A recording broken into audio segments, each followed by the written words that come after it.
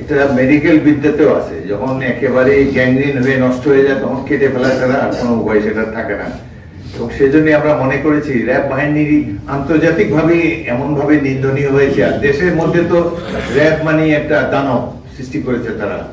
যত ধরনের খুন যখন এবং যত এক্সট্রা জুডিশিয়াল কিলিং সবকিছু অধিকাংশই এই র্যাবের মাধ্যমে হয়েছে।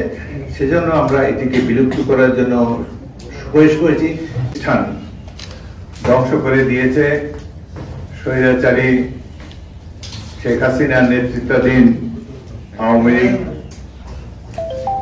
যার মধ্যে একটি প্রধান ক্ষতি হয়েছে বাংলাদেশে, যে এই দেশে যে একটা চমৎকার পুলিশ বাহিনী ছিল, পুলিশ ফোর্স ছিল, এটি অত্যন্ত বিতর্কিত হয়ে পড়েছে। এর মর্যাদা বলতে আর কোনো কিছুই অবশিষ্ট নেই।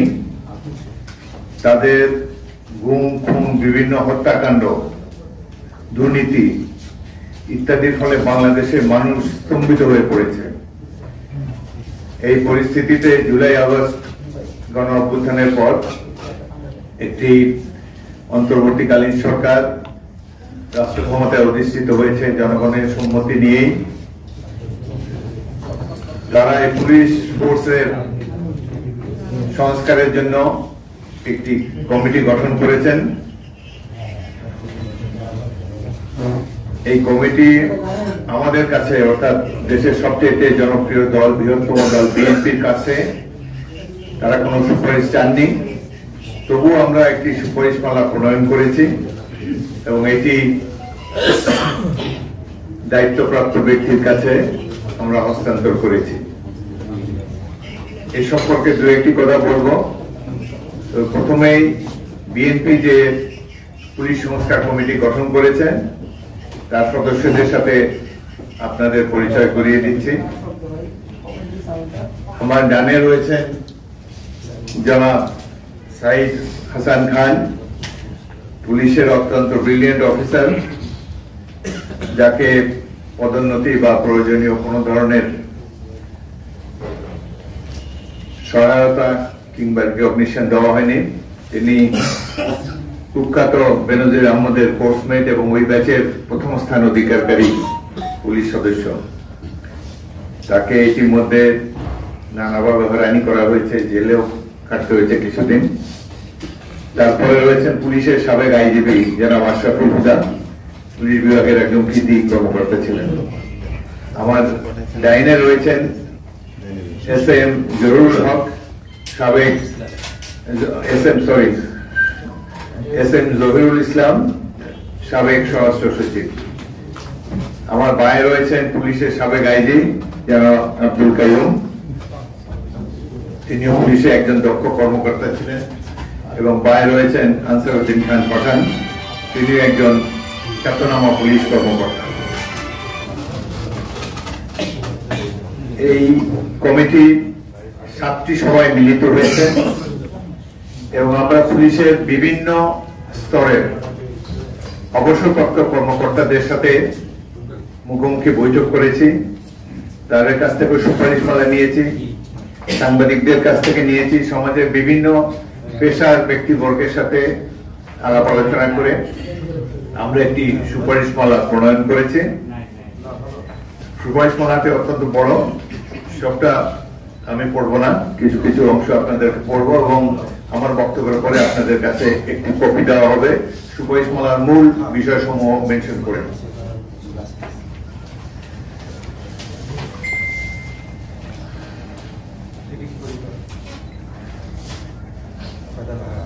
বিসমিল্লাহির রহমানির রহিম।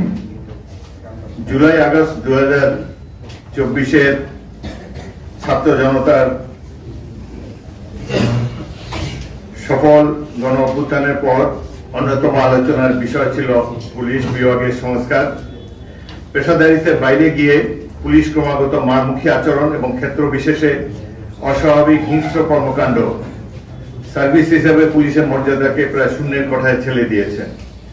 আন্দোলন দমনের নামে অতি অল্প সময়ের মধ্যেই সহস্রাধিক মানুষের নির্মম হত্যাকাণ্ড দেশবাসীকে স্তব্ধ করে দিয়েছে।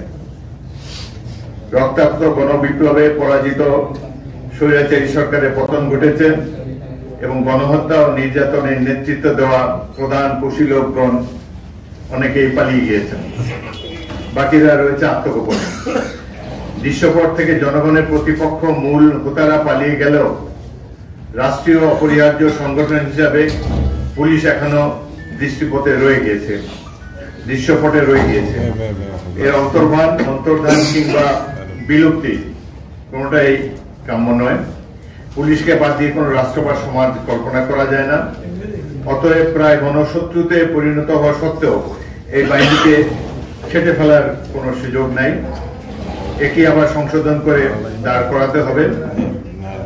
রাষ্ট্রের এই অত্যাবশ্যকীয় সার্ভিসটির সংস্কার এখন সময়ের দাবি। শুধুমাত্র উন্নত সার্ভিস প্রাপ্তির জন্য নয়, ভবিষ্যতে বল প্রয়োগের ক্ষেত্রে সাম্প্রতিক কালে ঘটে যাওয়া নিষ্ঠুর আচরণের যেন পুনরাবৃত্তি না ঘটে, সেই লক্ষ্যে পুলিশ বিভাগের সংস্কারের জন্য পুলিশ বিভাগের সংস্কার একটা গুরুত্বপূর্ণ জাতীয় দাবিতে পরিণত হয়েছে। জনপ্রতিনিধিশীল এবং কার্যকর গণতন্ত্র পুনঃপ্রতিষ্ঠা, জনগণের ক্ষমতায়ন এবং কল্যাণের জন্য বিএনপি তার প্রতিষ্ঠা লগ্ন থেকেই কাজ করতে গিয়ে সীমাহীন ত্যাগ স্বীকার করার মাধ্যমে অব্যাহত লড়াই চালিয়ে যাচ্ছে। সংস্কারের প্রক্রিয়া শুরু করেছেন বিএনপি চেয়ারপারসন দেশনেত্রী বেগম খালেদা জিয়া তার ভিশন 2030 ঘোষণার মাধ্যমে। অতঃপর স্বৈরাচার বিরোধী আন্দোলনের সকল রাজনৈতিক দলের সহায়তা মতামতকে ধারণ করে দলের ভারপ্রাপ্ত চেয়ারম্যান জনাব তারেক রহমান রাষ্ট্র কাঠামো মেরামতের 31 দফা ঘোষণা করেছেন। উল্লিখিত পরিস্থিতির আলোকে বাংলাদেশ জাতীয়তাবাদী দল বিএনপি কর্তৃক পুলিশ বিভাগ সংস্কার কমিটি গঠন করা হয়েছিল। এই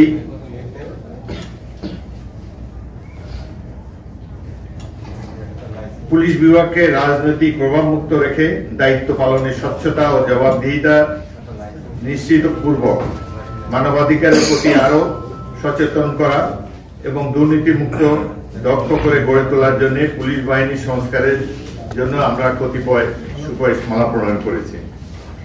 এর একটা প্রধান ফিচার হলো আমরা একটি পুলিশ কমিশন সুপারিশ করেছি। পুলিশ বাহিনীকে সঠিক দিক নির্দেশনা, পরামর্শ এবং সহায়তা প্রদানের জন্য এই পুলিশ কমিশন গঠন করা প্রয়োজন। কমিশনের কার্যপরিধি হবে এভাবে: পুলিশের জনবান্ধব ও গ্রহণযোগ্য আচরণ নিশ্চিত করা, এটা কপি আপনাদেরকে দিব। পুলিশের জনবান্ধব ও গ্রহণযোগ্য আচরণ নির্ধারণ করা, বাহিনীর কল্যাণ ও উন্নয়নে পদক্ষেপ গ্রহণ, বাহিনী পরিচালনায় প্রয়োজনীয় আইন ও বিধি প্রণয়ন, বাহিনীর সম্প্রসারণ ও প্রয়োজনীয় সরঞ্জামাদি সংগ্রহ, সদস্যদের দক্ষতা বৃদ্ধিকল্পে উন্নত বিশ্বের অনুকরণে আধুনিক প্রশিক্ষণ প্রদান, সর্বোচ্চ বিভাগীয় কমান্ড কর্তৃক প্রচলিত আইন ও বিধির ব্যত্যয় ঘটলে প্রয়োজনীয় পদক্ষেপ গ্রহণ করুন, রাষ্ট্রীয় গুরুত্বপূর্ণ ইস্যুতে পুলিশকে প্রয়োজনীয় দিক নির্দেশনা প্রদান, দায়িত্ব পালনকালে দেশব্যাপী আইন শৃঙ্খলা পরিস্থিতি গুরুতর অবনতি রোধকল্পে প্রয়োজনীয় নির্দেশনা প্রদান, সরকার কর্তৃক নির্দেশিত বিশেষ দায়িত্ব পালন।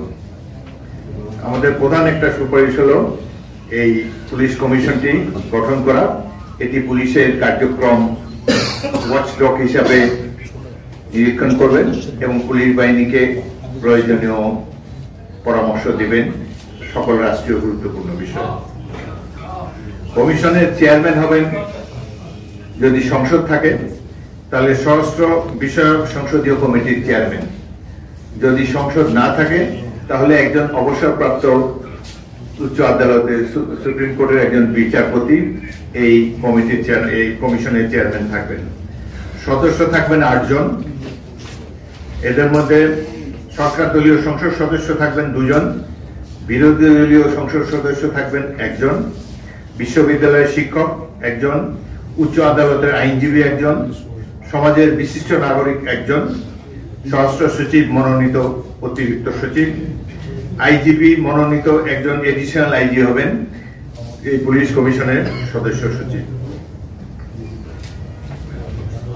সরকার বিধি বিধান দ্বারা এই কমিশনের সদস্য নির্বাচন পদ্ধতি, কাজের পদ্ধতি এবং কর্মকাল নির্ধারণ করবেন। আমাদের এই সুপারিশের একটা বিশেষ সেলিয়েন্ট ফিচার হলো স্থানীয় পর্যায়ে পুলিশকে অপরাধ দমনে সহায়তা প্রদানের জন্য জনসাধারণ পুলিশ সম্পর্ক উন্নয়নে এবং সংশ্লিষ্ট এলাকার আইন শৃঙ্খলা রক্ষার পরামর্শ প্রদানের জন্য প্রত্যেক উপজেলায় থানায় একটি নাগরিক কমিটি গঠন করা হবে। স্থানীয় গণমান্য, সুশিক্ষিত এবং গ্রহণযোগ্য ব্যক্তিবর্গের মাধ্যমে এই কমিটি গঠন করা হবে। প্রত্যেক উপজেলায় একটি নাগরিক কমিটি। এই কমিটির সভাপতি হবেন একজন স্থানীয় বিশিষ্ট ব্যক্তি, সদস্য সচিব হবেন সংশ্লিষ্ট থানার ভারপ্রাপ্ত কর্মকর্তা। এখানে সদস্য থাকবেন আরো 2 জন ইউনিয়ন পরিষদ সদস্য, একজন শিক্ষক, একজন ব্যবসায়ী, একজন পেশ ইমাম এবং সংসদে প্রতিনিধিত্বকারী রাজনৈতিক দলের স্থানীয় প্রতিনিধি। কমিটির স্থানীয় একজন প্রতিনিধি কমিটির সদস্য থাকবেন। সংশ্লিষ্ট নির্বাচনী এলাকার সংসদ সদস্য স্থানীয় উপজেলার চেয়ারম্যানের সাথে পরামর্শ করে 2 বছর সময়কালের জন্য এই নাগরিক কমিটি গঠন করবেন। সাম্প্রতিককালের একটা আলোচ্য বিষয় জাতীয় এবং আন্তর্জাতিকভাবে র্যাপিড অ্যাকশন ব্যাটালিয়ন। এই র্যাপিড অ্যাকশন ব্যাটালিয়ন অসংখ্য হত্যাকাণ্ডের সাথে জড়িত। মানবাধিকার লঙ্ঘনের কারণে ইতিমধ্যে আমেরিকা যুক্তরাষ্ট্র কর্তৃক তাদেরকে উপর নিষেধাজ্ঞা জারি করা হয়েছে। জাতিসংঘের মানবাধিকার বিষয়ক যে কমিটি, তারাও র্যাবের কর্মকাণ্ডের প্রতি বিরূপ মনোভাব পোষণ করে। এই সমস্ত কর্মকাণ্ড বিচারণ করে এই কমিটি র্যাবকে বিলুপ্ত করার জন্য সুপারিশ করেছে। পুলিশ কর্তৃক যাকে যখন খুশি ইচ্ছা গ্রেফতার, আটক, তুলে নিয়ে যাওয়ার পর অস্বীকার করা, অতঃপর আইন বিধানের বিধির তোয়াক্কা না করে যতদিন খুশি আটক, গুম করে রাখার যে একটা অপসংস্কৃতি গত 16 বছরে ফ্যাসিবাদী সরকার নিয়মে পরিণত করেছে। ক্ষমতার অপব্যবহার রোধ, দায়ীদের শাস্তি ও ক্ষেত্র বিষয়ে পুরস্কার প্রদানের নিমিত্তে পুলিশের গ্রেফতার তথ্য বিষয়ক একটি ফর্ম তৈরি করতে হবে। প্রত্যেক গ্রেফতারকৃত ব্যক্তির জন্য একটি করে ফর্ম পূরণ করতে হবে। সেখানে সংশ্লিষ্ট গ্রেফতারকারী কর্মকর্তা এবং ভারপ্রাপ্ত কর্মকর্তা এবং ইউনিট প্রধান স্বাক্ষর করবেন সেই ফর্মের একটি কপি গ্রেফতারকৃত ব্যক্তিকেও প্রদান করতে হবে। এর মাধ্যমে প্রতিটি গ্রেফতারের স্বচ্ছতা থাকবে এবং প্রয়োজনীয় দায়ী কর্মকর্তাদেরকে জবাবদিহির আওতায় আনা যাবে। এই স্বচ্ছতা ও জবাবদিহিতা নিশ্চিত করবে সুপ্রিম কোর্টের নির্দেশনা 69 DLR 2017 কঠোরভাবে অনুসরণ করতে হবে। ব্যত্যয়ে সংশ্লিষ্ট পুলিশ কর্মকর্তা ও কর্মচারী ফৌজদারি অপরাধে অপরাধী বলে গণ্য হবেন। পুলিশের সকল পর্যায়ে এবং ফোর্সের ক্যারিয়ার প্ল্যানিং থাকতে হবে। এটা আমরা পুলিশ কমিশনের মাধ্যমে বা পুলিশ সিনিয়র কর্মকর্তাদের মাধ্যমে এটা আমরা এনশিওর করবো। বিষয়টিকে যথাযথ গুরুত্ব দেওয়া হয়েছে। পুলিশের কেবলমাত্র অমুক জেলায় বাড়ি এই কারণে যেন তার প্রমোশন হয় এবং নানাবিধ কারণে কথিত গল্প কাহিনীতে কোনো একজন মেধাবী পুলিশ কর্মকর্তাকে বঞ্চিত করা, এই সুযোগ আমরা কাউকে দিতে চাই না। সুতরাং ক্যারিয়ার প্ল্যানিং থাকবে এবং এই ক্যারিয়ার প্ল্যানিং এর ক্ষেত্রে প্রতিটি পুলিশ সদস্যের প্রতি যাতে ন্যায় বিচার করা হয় তার জন্য আমরা গুরুত্ব আরোপ করেছি।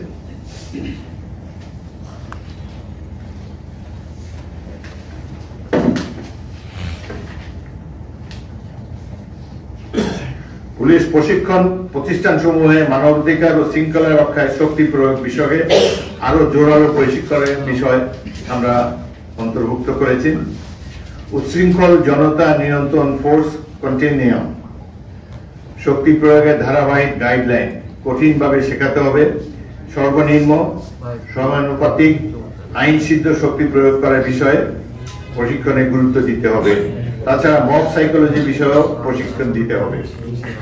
পুলিশের প্রশিক্ষণ প্রতিষ্ঠান সমূহের বর্তমান অফিসার ও ফোর্সের জন্য ডাম্পিং স্টেশন হিসেবে পরিচিত। কিন্তু বিভিন্ন অভিযোগে অভিযুক্ত এবং অপছন্দের কর্মকর্তাদেরকে সেখানে বদলি করা হয়, অথচ ভালো প্রশিক্ষণ ছাড়া সঠিক প্রশিক্ষণ সম্ভব নয়।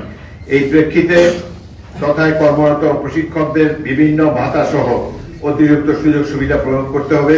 এর মধ্যে ভালো অফিসার ও ফোর্সকে পদায়ন করে সেখানে উন্নত প্রশিক্ষণ নিশ্চিত করা যাবে।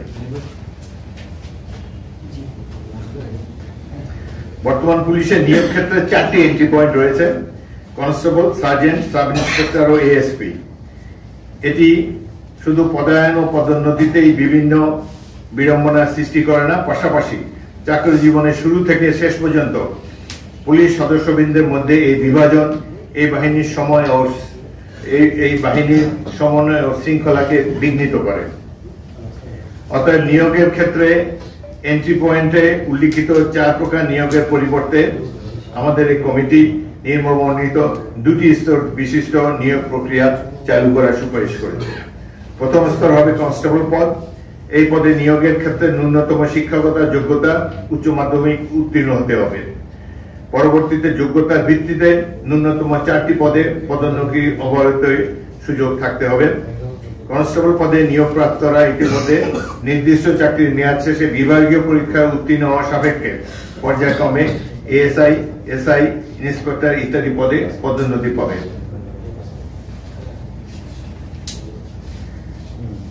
ক্যাডার ভিত্তিক পদ সমূহে নিয়োগে বর্তমান বলবৎ সরাসরি 67%, পদোন্নতির মাধ্যমে 33%। এই নিয়মই পূরণ করতে হবে। এর ফলে অফিসার ও ফোর্সের মধ্যে দূরত্ব কমবে এবং বাহিনীর শৃঙ্খলা এবং কমান্ড শক্তিশালী হবে। পাশাপাশি প্রতিযোগিতা বৃদ্ধির ফলে মেধার বিকাশ ঘটবে এবং পেশাদারিত্ব বৃদ্ধি পাবে। দ্বিতীয় স্তর হবে পুলিশের সহকারী সুপার অর্থাৎ এএসপি পদে। বিসিএস পরীক্ষার মাধ্যমে এই পদ পূরণ করা হবে।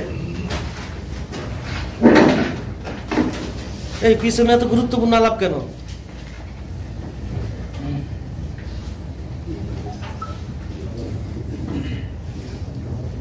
পুলিশের বিভিন্ন বাহিনী ওভারওয়ার্ক আইএলও কনভেনশন অনুযায়ী 8 ঘন্টা দিন এবং 40 ঘন্টা সপ্তাহ নির্ধারণ করে সপ্তাহে পূর্ণ একদিন ছুটি ভোগের সুযোগ তাদেরকে দিতে হবে। তবে রাষ্ট্রীয় বা জরুরি প্রয়োজনে এবং অতিরিক্ত সময়ে দায়িত্ব পালন করতে হলে আন্তর্জাতিক ও সার্বজনিক বিধি অনুসারে তাদেরকে অতিরিক্ত ভাতা প্রদান করতে হবে। পুলিশের উচ্চ পর্যায়ের কর্মকর্তাদের দুর্নীতি রোধ করবে পুলিশ সদর দপ্তরে কেন্দ্রীভূত আর্থিক ক্ষমতাকে মাঠ পর্যায়ে বিকেন্দ্রীকরণ করতে হবে। ক্রয় সংক্রান্ত যে ক্ষমতা সদর দপ্তরের আওতায় নিয়ে আসা হয়েছিল সেটি মাঠ পর্যায়ের কর্মকর্তাদের কাছে পূর্বের মতোই ফিরিয়ে দিতে হবে। এতে দুর্নীতি পুলিশ বিভাগে অনেকাংশ কমে যাবে বলে আমরা মনে করি। প্রতি বছর পুলিশ কর্মকর্তাদের সম্পদের হিসাব দাখিল করার নিয়ম কার্যকর করতে হবে।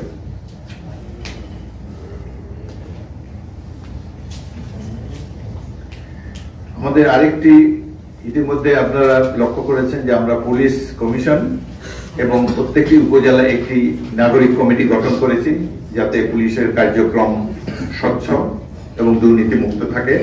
আমাদের আরেকটি গুরুত্বপূর্ণ সুপারিশ হলো কমিউনিটি পুলিশিং। কমিউনিটি কর্তৃক পরিচালিত পুলিশ ব্যবস্থাকেই বলা হয় কমিউনিটি পুলিশিং। এর উদ্দেশ্য হলো জনগণের সাথে অংশীদারিত্বের ভিত্তিতে অপরাধ দমন, আইন শৃঙ্খলা রক্ষা, সামাজিক ও সমস্যাদি এবং সমাধানে ঐক্যবদ্ধভাবে কাজ করা। কমিউনিটি পুলিশিং এর মাধ্যমে সমাজে বিভিন্ন অপরাধ প্রবণতা এবং সামাজিক অস্থিরতা কমবে, পুলিশ এবং জনসাধারণের মধ্যে দূরত্ব হ্রাস পাবে, জনসচেতনতা বৃদ্ধি করবে এবং আইনের শাসন জোরাল হবে। এই উদ্দেশ্যে গ্রামাঞ্চলে প্রত্যেকটি ইউনিয়নে কমিউনিটি পুলিশিং থাকবে।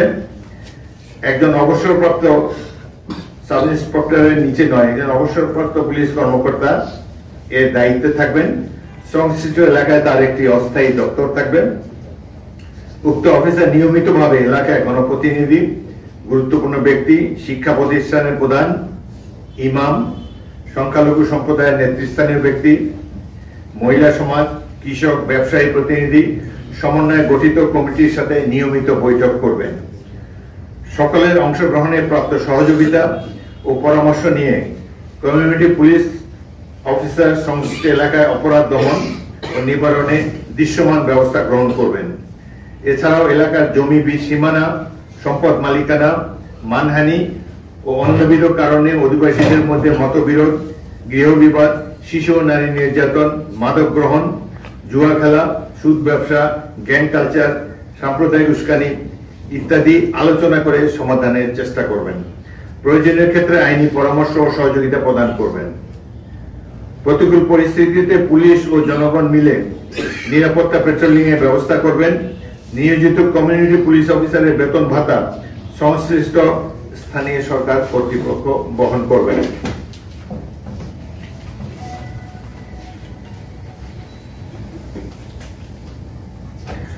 বাংলাদেশ পুলিশের বর্তমান জনবল প্রায় 2.25 লাখ।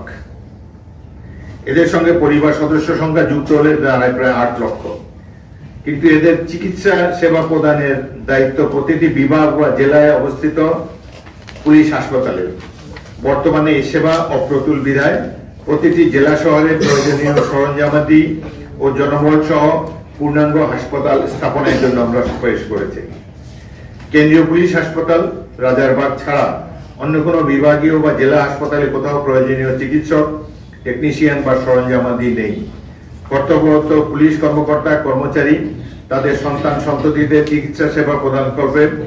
রাজধানী ঢাকায় কেন্দ্রীয় পুলিশ হাসপাতালে অনুরূপ প্রতিটি বিভাগীয় এবং মেট্রোপলিটন শহরে পুলিশ হাসপাতাল পরিচালনা করা যেতে পারে।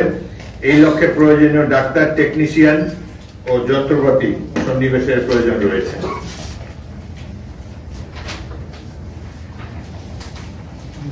অস্ত্রধারী পুলিশকে সর্বাবস্থায় মানবিক ও জনগণের প্রতি সংবেদনশীল আচরণ করতে হবে। কখনোই অযৌক্তিকভাবে প্রয়োজনের অতিরিক্ত বল প্রয়োগ করা যাবে না। স্বপ্রণোদিত হয়ে নিজে কিংবা ঊর্ধ্বতন অফিসারের অবৈধ আবেশক্রমে কেউ যদি নিরীহ নিরপরাধ ব্যক্তির উপর প্রয়োজনের অতিরিক্ত বল প্রয়োগ করেন, এর মাধ্যমে হত্যাকাণ্ড ঘটায় বা নিপীড়ন নির্যাতন চালায়, তবে সেই দায়ী পুলিশ সদস্যের বিরুদ্ধে প্রচলিত আইন ও বিধি অনুসরণে কঠোর শাস্তি প্রদান নিশ্চিত করতে হবে। আমাদের মূল লক্ষ্য হলো পুলিশ বাহিনী বর্তমানে যে অবস্থায় আছে এ সম্পর্কে আমরা সবাই জানি।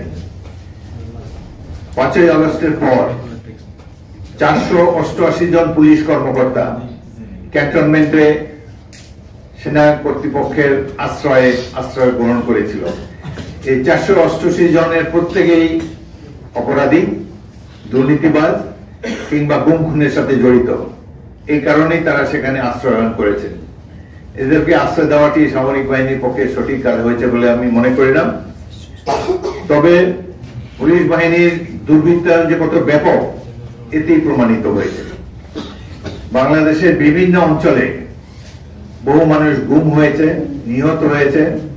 আমাদের দল বিএনপির উপরে যে অজনিত মিথ্যা মামলা দিয়ে সবাইকে হয়রানি করা হয়েছে, এক কথায় বাংলাদেশকে বিগত পতিত সরকারের আমলে একটি পুলিশ স্টেটে পরিণত করা হয়েছে এবং পুলিশ স্টেটের আওতা থেকে বের করে এই পুলিশ বাহিনী যাতে জনগণের প্রতি সংবেদনশীল হয়, জনগণকে মান্য করে, তাদের মগজে যেন এই ধারণাটি প্রতীত হয় যে দেশের মালিক জনগণ, তারা জনগণের প্রভু নয় বরং সেবক। এই ধারণাটি তাদের মধ্যে প্রবিষ্ট করার জন্য আমরা নানা ধরনের সুপারিশ করেছি, যার একটি হলো এদের নিয়ন্ত্রণ করার জন্য পুলিশ কমিশন থাকবে এবং উপজেলা পর্যায়ে নাগরিক কমিটি থাকবে। সেখানে স্থানীয় জনগণ মিলে পুলিশের কর্মকাণ্ডকে নিয়ন্ত্রণ করবেন বা নিয়মিত প্রয়োজনীয় পরামর্শ ইত্যাদি দিবেন এবং সর্বশেষে গ্রামাঞ্চলে প্রত্যেকটি ইউনিয়নে কমিউনিটি পুলিশের জন্য আমরা সুপারিশ করেছি। বর্ণিত এই অবস্থায় মূল বিবেচনাকে নিয়ে সুপারিশ বর্ণিত অবস্থার এই যে পুলিশ বাহিনীর এই যে অবমূল্যায়ন এবং যে তাদের যে দুর্বৃত্তায়ন, এদিকে বিবেচনা নিয়েই সুপারিশমালা প্রণয়ন করা হয়েছে। আশা করা যায় এটি বাস্তবায়িত হলে পুলিশ বিভাগের দায়িত্ব পালনের ক্ষেত্রে নানাবিধ অসঙ্গতি এবং অনেকাংশে দূর হয়ে যাবে। পুলিশ ও জনগণের মধ্যে বিদ্যমান সম্পর্ক উন্নত আরো হবে। পুলিশের নিকট থেকে জনগণের প্রত্যাশিত সেবা প্রাপ্তি আরো সহজতর হবে। আপনাদের সবাইকে ধন্যবাদ। আপনার যদি প্রশ্ন থাকে 2-3টা প্রশ্ন নিতে পারি। আপনারাও ব্যস্ত, আমরাও ব্যস্ত। বলেছেন আপনাদের সুপারিশ আসছে যে র্যাবকে বিলুপ্ত করার ঘটনা, যে আমরা দেখেছি যে মার্কিন থেকে যে নিষেধাজ্ঞা আসছিল কয়েকজন কর্মকর্তার বিরুদ্ধে।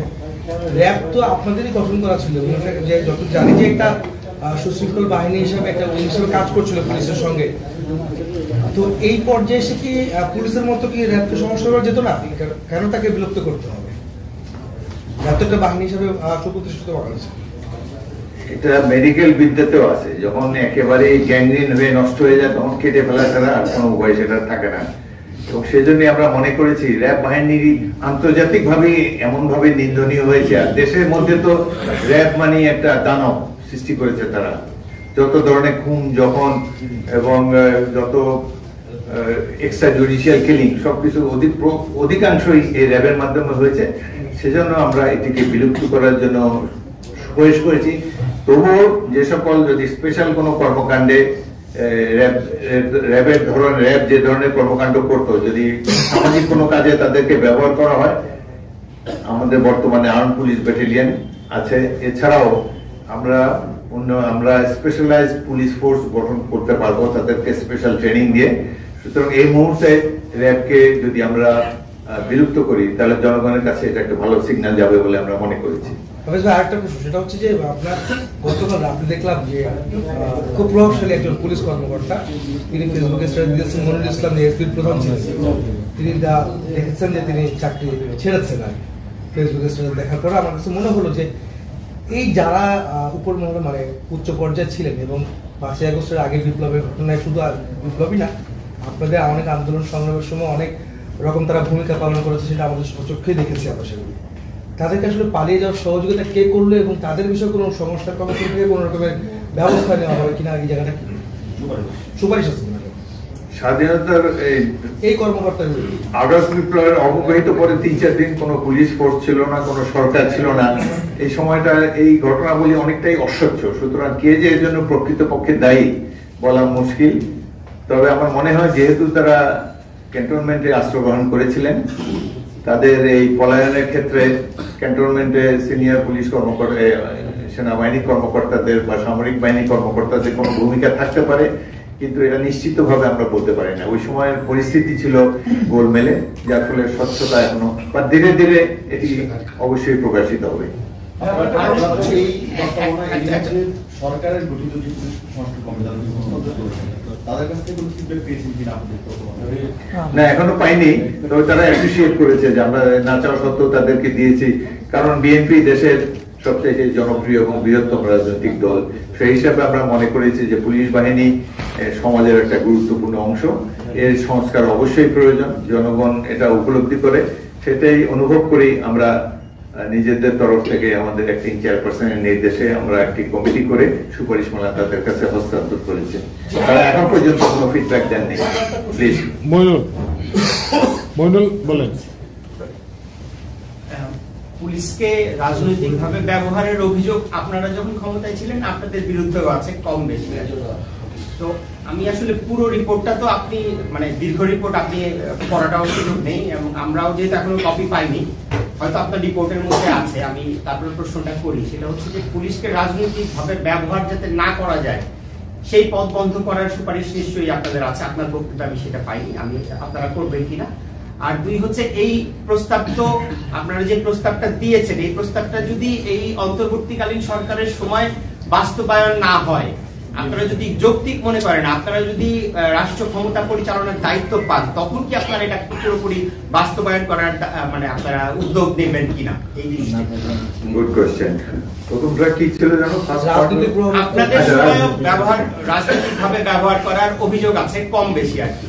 সেই মানে কেউ যাতে সরকারে গিয়ে পুলিশকে রাজনৈতিকভাবে ব্যবহার না করতে পারে, গত 15 বছর আমরা দেখেছি ব্যবহারটা কোন পর্যায়ে যেতে পারে। তো সেইটা বন্ধ করার ব্যাপারে আপনাদের এই মানে প্রস্তাবনায় নিশ্চয়ই আছে, আপনার বক্তব্যে পাইনি। আর কপি যেহেতু নাই, আপনার মুখ থেকে একটু শুনতে চাই। পুলিশ বিএনপি 3বার জনগণের ভোটে রাষ্ট্র ক্ষমতায় গিয়েছে। আমার মনে হয় না যে এমন কোন গুরুতর অপরাধ করেছে পুলিশ বাহিনীকে দিয়ে এমন কর্মকাণ্ড করিয়েছে যার ফলে একেবারে বিশ্বব্যাপী নিন্দার ঝড় হয়েছে।